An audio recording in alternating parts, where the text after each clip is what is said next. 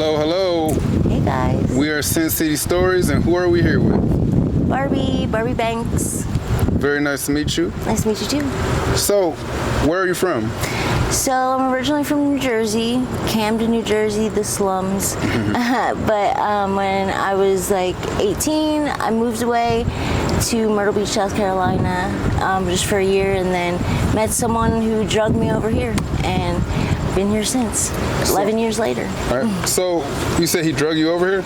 Yeah, he convinced me, just like, was like, oh, I'd never been here before, Yeah. I just knew of, the story of Vegas and the myth and whatever, and all the things people would say, but I've never been here. So when I first got here, it was the first time I'd ever been here. Right. I literally was like, where's the beach? Yeah, exactly. When I found out there was no beach, I was like, oh man, I don't know if I can do this. Yeah. They took me to Lake Mead, and I'm like, this is not gonna. And they'll swear it's the beach, like, oh yeah, we got a beach. I'm like, so tell me, what are those snakes popping up out of the water? Oh wow, yeah. Yeah, I was not okay with that. Tell us about life in Camden. So Camden is, wow, it's a crazy place. When we were kids, I remember boarding up the windows, like, so people they thought your house was abandoned, so they didn't steal your TV. It's a real cold place. Like, they say that the first homicide is usually about 3 or 4 minutes into the new year. Oh wow. It was #1 crime in the country for a while. It's a pretty cold place, Yeah.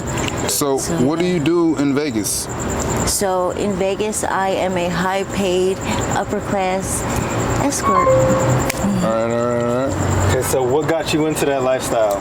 Well, so when I moved here, I started answering,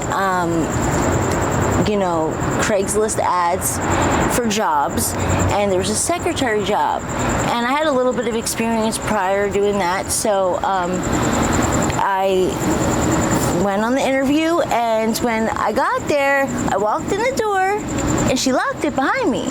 Mind you, there's bars all on the door too, so I'm like, this is quite the office. Like, this is a little weird. Okay. Yeah. So long story short, I sit down, we talk, and yeah, it wasn't an office job. It was just not your typical office job.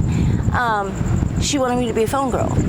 And I knew nothing about this at all. Like in Camden, they have prostitutes, but they're, no teeth, like really just drugged out and just look awful and, like type of thing. There's no pretty girls on there. Right. Work in those streets, it's like, it's pretty crazy. But so anyway, I ended up loving the job. I'm sorry. The phone girl job. Film girl job. So what type phone girl? Yeah. So what type of phone? So this girl? is when services were still super popping, and basically I would post ads as girls would call on. I would post an ad that looked, like them the most. Yeah. And then I would book, the guys would call, I would book the calls, send the girls, and then, check them in, check them out, and then they'd come to the office, I'd collect their money and make their drop, and they'd give me my tip. Oh, wow, that's awesome. I ended up doing that for 4 years. I was the office manager, then we opened an office in San Diego. So was it like as far as the phone conversation go, what would they entail? So basically, like, all the guys would pretty much call and ask the same questions, like, hi, how much, and are you going to do full service? How much is full service? Are you going to hassle me for tips? So we would have a script, and you have to say things a certain way in order to persuade them, to make them believe that you're independent, first of all. Great sales that you're the girl coming to the call, that you are the girl that's coming to see them, Right. And you have to, you have to persuade them to get that call booked, because without full information, the call is not booked. You need to know where they're staying, what their name is, what the hotel is, the tower, the room number, and then if it's a hotel where they can't get up, they need to meet you downstairs to get the room key. Yeah. So they have to be willing to come downstairs to get you up. So you made sure everything was like prepared before the girls went over there. All right, that's cool. Because the smoother the call went, the happier the guy would be, and the more money he would give her, and the more money she got, the more money I got, the more office got, Yeah, makes sense. So what was your experience as far as transitioning to the call girl to being a call girl? Yeah, so services started to die down, and like business got really slow.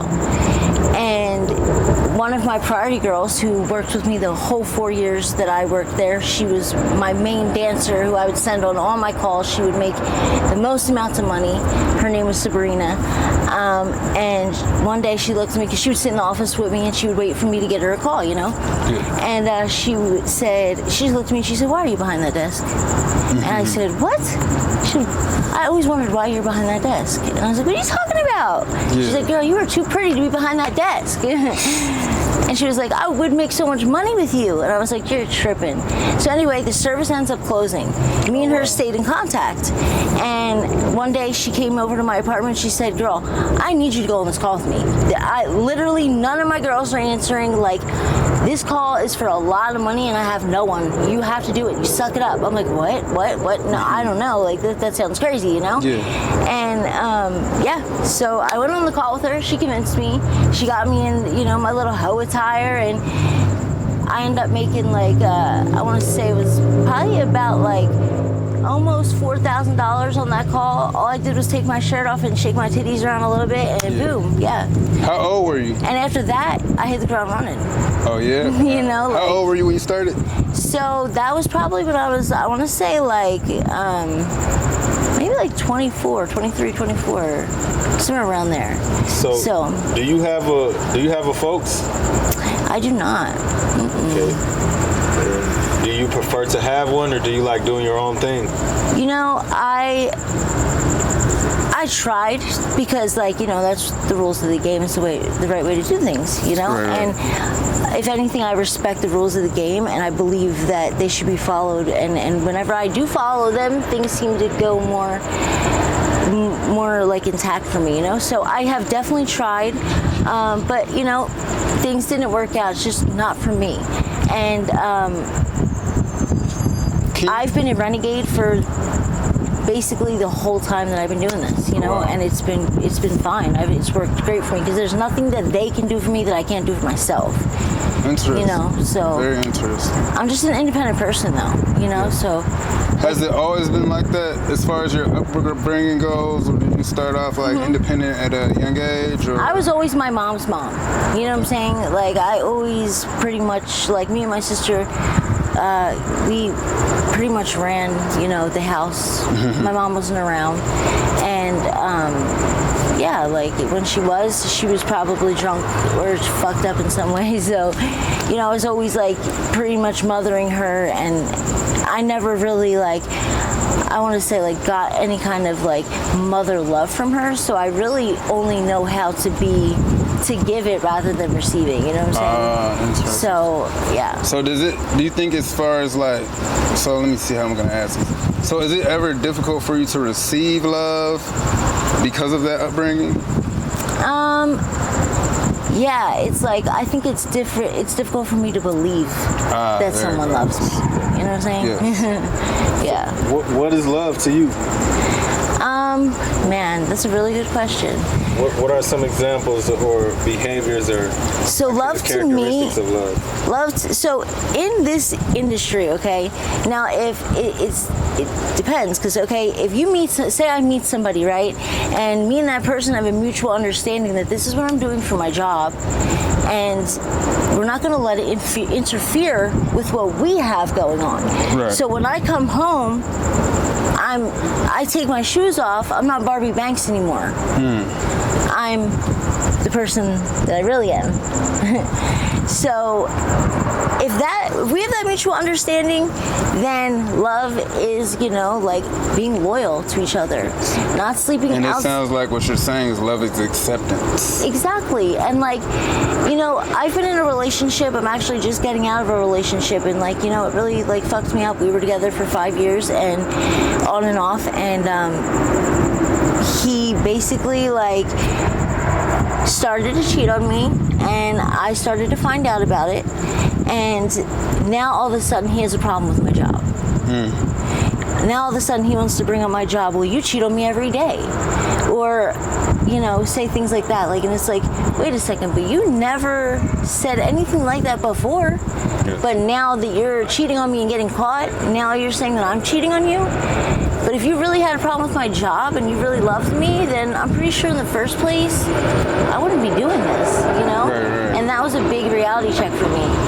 That came out of my mouth and I was like, whoa, you know what? I'm actually right. Like, if you loved me, I wouldn't even be doing this. We wouldn't be having this conversation. You would make sure that I didn't have to do this because I really love you, and it would never be the other way around. It would never have to result to you having to do this. I promise you that. So you are willing to, if you find a guy who's, say he's willing to accept your lifestyle, you're willing to make that lifestyle your past to build a future with a specific guy? Absolutely. And like, if he's willing to accept it, he has to really be willing to accept it.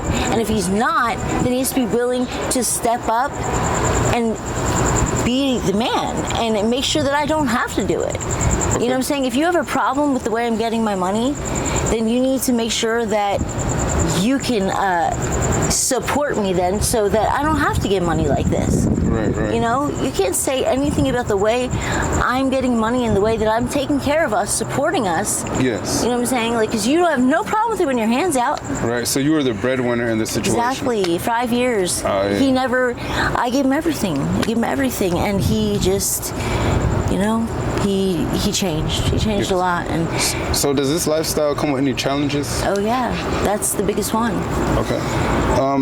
Can you describe to me a situation that might have been dangerous in this lifestyle?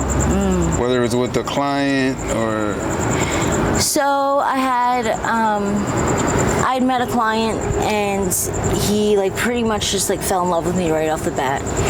He bought me a house. I literally 3 days into knowing him, he flew home to go take his kid on some college fair, but I was here with his realtor looking at houses. Oh, wow. And you know, like within a week, I picked out the house, he bought it for me. And then when he came the next time, he bought me a Benz.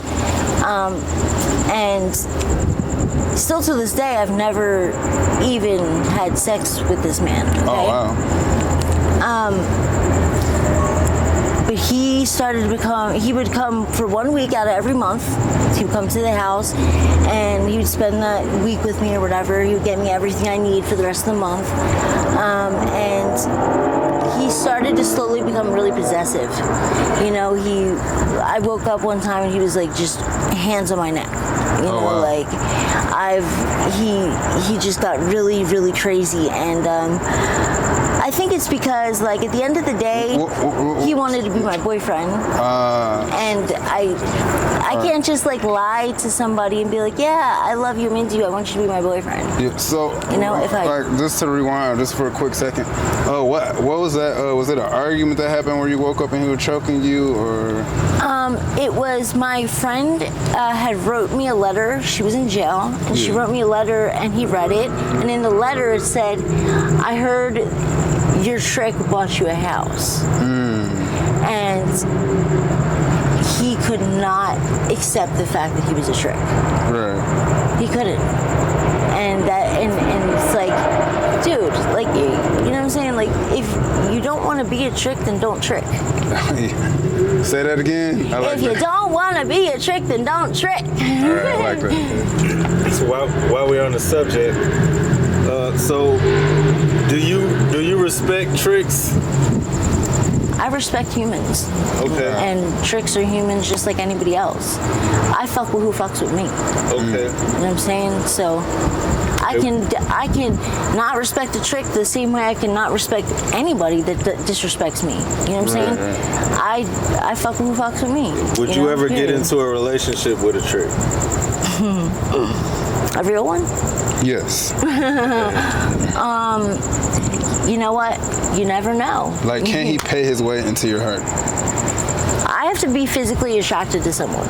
I have to love somebody's personality. I have to love sleeping next to somebody. I have to love like many things about somebody to actually look them in their face and tell them I love you. I can't lie to somebody like that, and that's what the problem was with the other one, because I couldn't lie to him. Yeah. You know, I wouldn't be like, oh, you're a trick, but he'd be like, I love you, and I'd be like, aw, cute. You know, and coming from someone who just bought me a house in a Benz, he don't want to hear all cute. Right. He wants to be, because his way of showing love is probably paying. But in my defense, I'm like, you want me to lie to you rather than, you know, like. Yeah, honesty shows a lot of integrity. Lies can get things really sticky. Yes. You know? Yes. And dangerous. A couple more questions here. Do you have any advice for ladies that might want to get into the lifestyle?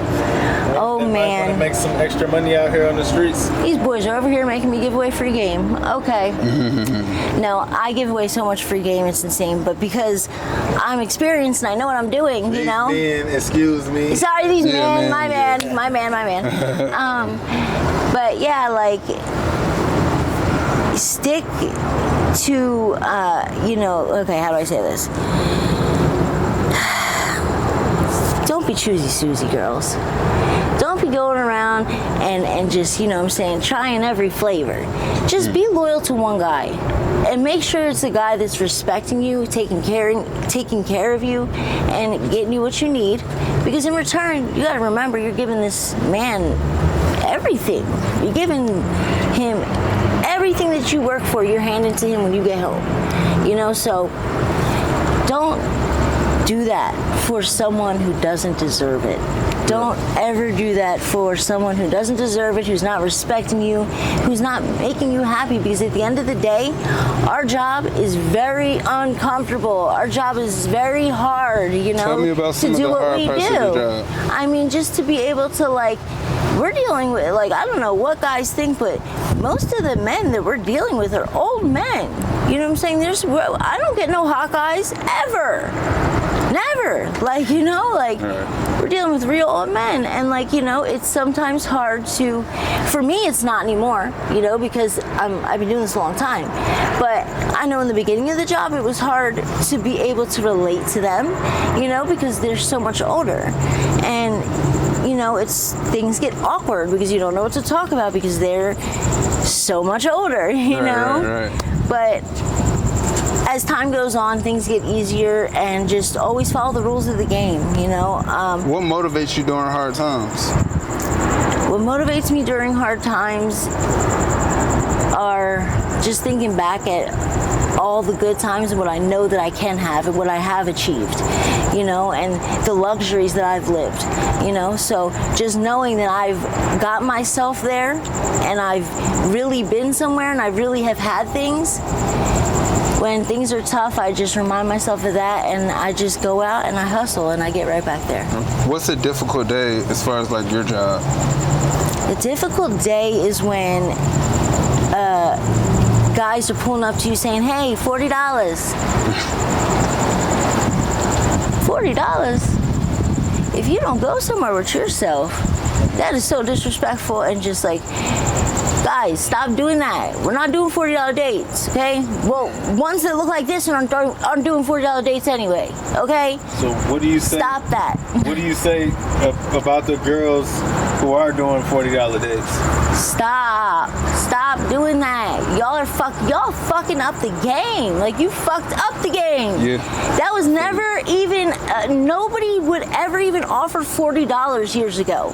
You know what I'm saying? Like, but and to the P's out there, I mean, I respect you guys and everything, but why you got your girls out there accepting that kind of cash? That is not cool. If we all stick together and don't accept that kind of cash, then guess what? They won't offer it. But I've had a guy offer me $40. I told him to go fuck himself. I walked away, and guess what? He pulled right back up to me. I ended up getting $1,200 out of him that night. Because they want to see how far they can go, and they will test you. So ladies, stop accepting that shit. Turn your back and walk. There are so many fishes in the sea. Do not get thirsty and just start accepting these $40 dates. It's the worst thing y'all can do. All right, Straight up. Last question. Do you have any advice for the younger ladies who are looking to get into the lifestyle? Do you recommend it? I'm not going to say I recommend it because there's been really hard times in this lifestyle, and it's up and down, you know, and things can get scary, and things can, you know, fuck with your thinking, your mind, your everything, your body, your soul, you know, but there's also times where you are on top of the world and you have everything you could ever want, you know. Describe one of those scary times.